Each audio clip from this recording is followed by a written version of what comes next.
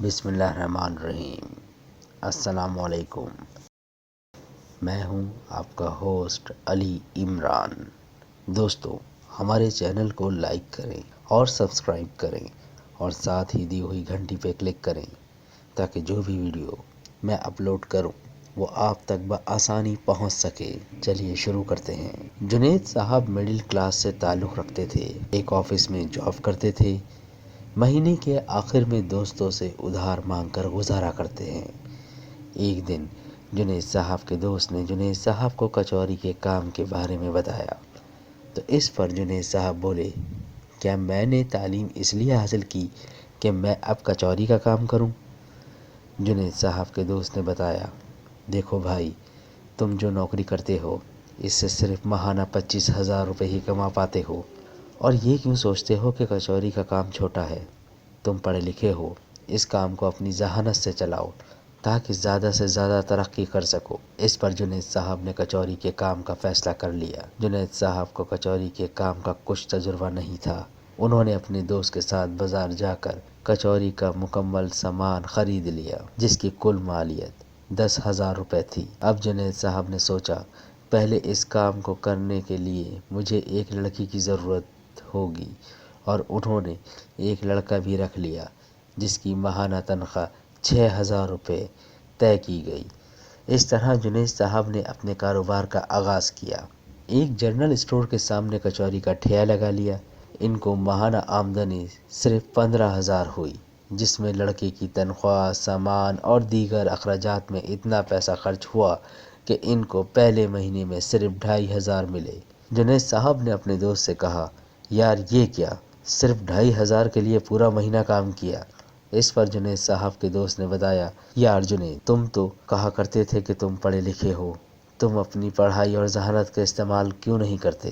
جنید صاحب نے اپنے دوست سے کہا، یار تم اس کام میں میرا ساتھ دو کہ میں کیا کروں یا مجھے کیا کرنا چاہیے؟ جس پر جنید صاحب کے دوست نے بتایا، دیکھو، اپنے کام کا نام رکھو، جیسے بسم اللہ کچوری، جیسے مزیدار کچوری یا لذیذ کچوری وغیرہ، اور پھر اپنا ایک وزٹنگ کارڈ بناؤ۔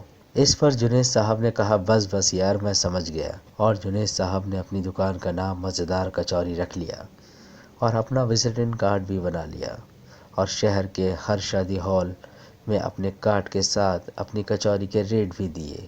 اس کے بعد انہوں نے شہر کے تمام بڑے اسکولوں سے رابطہ کیا اور ان کو بھی کارڈ اور کچوری کے ریٹ دیے تاکہ اسکول میں ہونے والے فنکشنز میں یا اسکول میں موجود کینٹین میں ان کی کچوری کے آرڈر دیے جا سکے۔ پھر جنید صاحب نے کیٹرنگ والے تمام افراد کو اپنے کارڈ اور کچوری کے ریٹ دیے اور اپنا ٹھیا شہر کے سب سے گہما گہمی والے بازار میں لگا لیا۔ جی جناب، آپ لوگوں کو اندازہ بھی ہے اس کے بعد جنید صاحب کے ساتھ کیا ہوا۔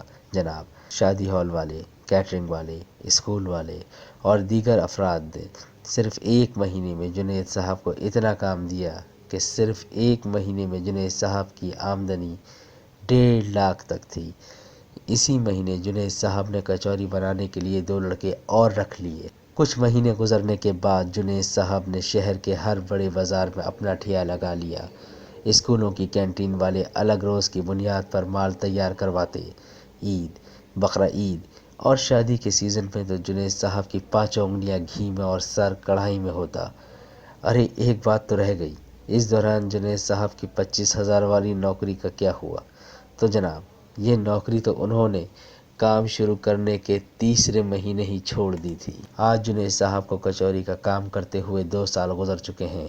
ماشاءاللہ، جنید صاحب کے پاس 20 سے زائد ملازم کام کرتے ہیں، اپنا گھر ہے، گاڑی ہے۔ ویسے کتنی عجیب بات ہے، کل تک مہینے کے آخر میں دوستوں کے سامنے ہاتھ پھیلانے والا آج دوستوں کو مہینے کے آخر میں ادھار بھی دیتا ہے اور ساتھ ساتھ مشورہ بھی دیتا ہے کہ اللہ پر بھروسہ کرو اور ایمانداری سے، محنت سے خوب کوشش کرو، خوشیاں تمہاری منتظر ہیں، پہلا قدم تو اٹھانا ہی پڑے گا۔